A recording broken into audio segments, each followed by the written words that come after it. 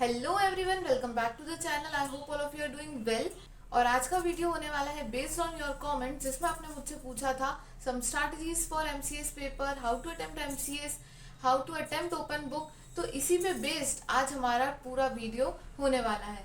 क्योंकि आप लोगों की एग्जाम आ रही है, टाइम बिल्कुल भी वेस्ट नहीं करना है, इसलिए आज की वीडियो का मोटिव यह है कि वीडियो की लेंथ ज़्यादा बड़ी ना हो, लेकिन मैं उसमें सारी चीज़ें कवर कर सकूं और आपको कन्वे कर सकूं प्रॉपरली। हम शॉर्ट में इस वीडियो को रखेंगे, लेकिन सभी चीज़ें इसके अंदर कवर होने वाली है। So without wasting time let's begin in the video.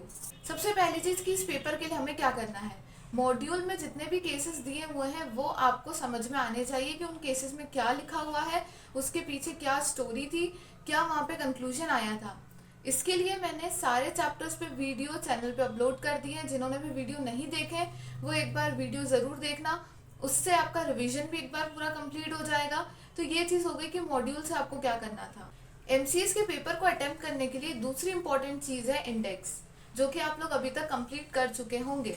अगर ये जो पेपर है आपको अटेम्प्ट करना है तो इसमें सबसे इम्पोर्टेंट इंडेक्स होने वाला है, क्योंकि एग्जाम टाइम पे जब आप वहाँ पे आंसर फाइंड आउट करेंगे तो इंडेक्स आपकी बहुत हेल्प करने वाला है। मॉड्यूल से सर्च करना डिफिकल्ट हो जाएगा, टाइम कंज्यूमिंग हो जाएगा, और इस पेपर के लिए time management is most important. तो इंडेक्स बहुत इंपॉर्टेंट है, जो कि आप लोगों ने अभी तक बना लिया होगा। तो अभी तक हमने क्या डिस्कस किया कि केस स्टडी आपको समझ में आनी चाहिए, जो कि चैनल पे अपलोड हो चुकी, तो आप वहां से रिवाइज कर सकते हैं। इंडेक्स को आपको याद से लेके जाना है एग्जाम में, क्योंकि इंडेक्स आपकी हेल्प करेगा केसेस को सर्च करने में, केसेस को फाइंड आउट करने में। तो इंडेक्स जरूर कैरी करना एग्जाम में, बहुत हेल्प आपको उससे मिलेगी। अब ये तो था एग्जाम के पहले तक का काम, जो कि आप लोग ऑलरेडी कर चुके होंगे।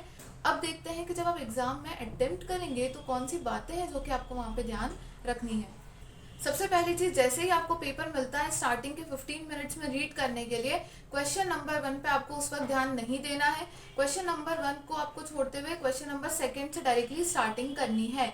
ऐसा इसलिए क्योंकि जो क्वेश्चन नंबर 1 होता है वो मॉड्यूल से बाहर का होता है, मॉड्यूल में से आपको वो नहीं मिलने वाला है। और अगर आप स्टार्टिंग में ही वो क्वेश्चन पढ़ लेंगे तो थोड़ा सा आप नर्वस हो जाएंगे, जो आगे के क्वेश्चंस हैं वो अटेम्प्ट करना आपके लिए डिफिकल्ट हो जाएगा। इसलिए आपको स्टार्टिंग में क्वेश्चन नंबर 1 पे ध्यान नहीं देना है, डायरेक्टली आपको स्टार्टिंग करनी है क्वेश्चन नंबर 2 से। जो आपको स्टार्टिंग के 15 मिनट्स मिले हैं पेपर को रीड करने के लिए, उस टाइम पे आपको केसेस को सर्च करना स्टार्ट करना है। उन 15 मिनट्स को आपको यूटिलाइज करना है केसेस को सर्च करने के लिए।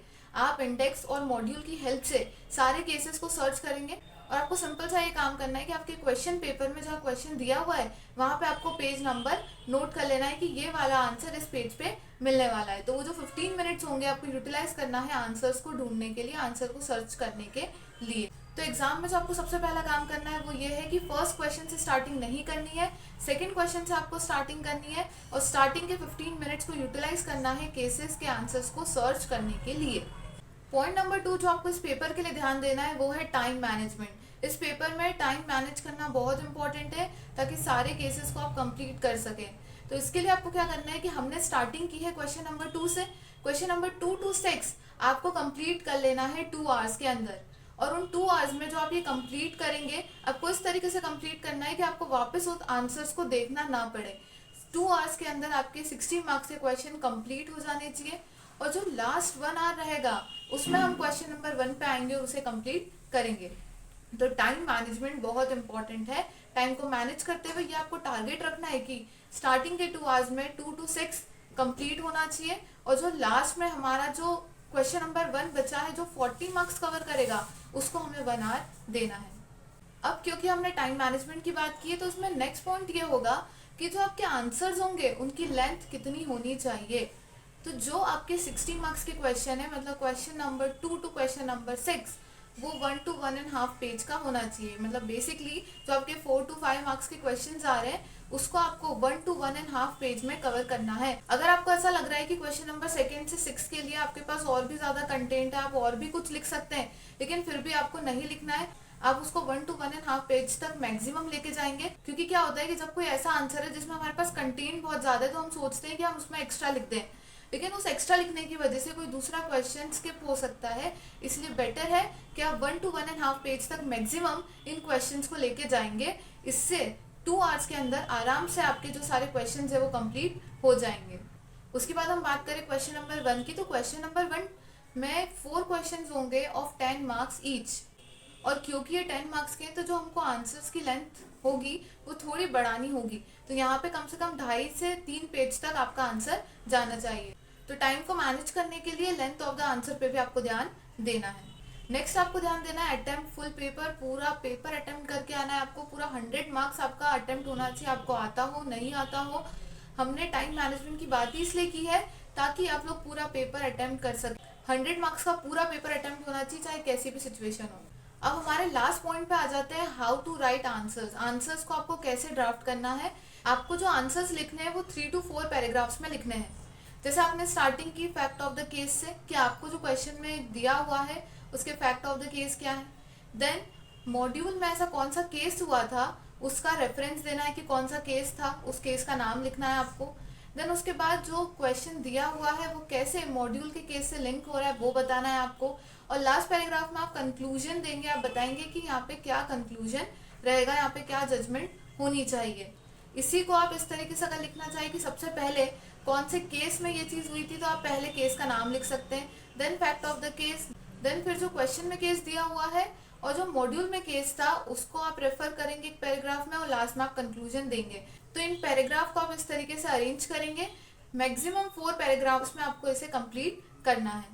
तो आज के वीडियो का कंक्लूजन देख लेते हैं। सबसे पहली चीज़, आपको एग्जाम में इंडेक्स कैरी करना है। दूसरी चीज़, आपको एग्जाम में जो स्टार्टिंग के 15 मिनट्स मिलेंगे उसमें आपको क्या करना है, जो भी आंसर्स हैं वो फाइंड आउट कर लेना है।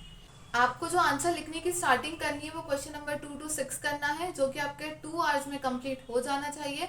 देन आपको क्वेश्चन नंबर 1 पे आना है, जो कि आपका 1 आवर में कंप्लीट होना चाहिए। आंसर की लेंथ क्या रखनी है, तो जो हमारे 2 to 6 मतलब 4 to 5 मार्क्स के जो क्वेश्चन है उसके लिए आपको 1 to 1.5 पेज लिखना है। और क्वेश्चन नंबर 1 क्योंकि 10 मार्क्स का है तो आपको 2.5 to 3 पेज तक उसे लिखना है।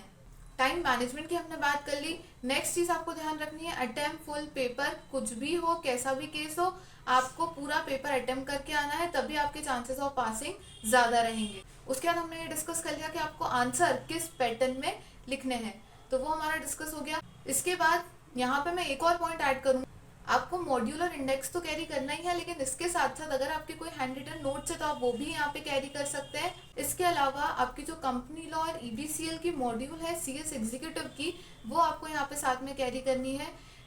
सीएस प्रोफेशनल से आपकी जो सीआर की मॉड्यूल है और आरसीडी की मॉड्यूल है वो आपको यहाँ पे कैरी करनी है। इसके अलावा भी अगर कोई मॉड्यूल आप कैरी करना चाहते हैं तो आप वो कर सकते हैं, it's all up to your choice. तो यहाँ पे एमसीएस और ओपन बुक को लेकर मैंने सारे पॉइंट्स कवर कर दिए हैं। यही कुछ स्ट्रैटेजीज हैं, यही कुछ पॉइंट्स हैं जो आपको ध्यान रखने हैं ताकि एमसीएस का पेपर आप लोग इजीली क्लियर कर सकें। एट लास्ट अब जितने भी डेज बचे हुए एग्जाम के लिए सिर्फ फोकस अपने एग्जाम पे होना चाहिए। And all the best for your exams.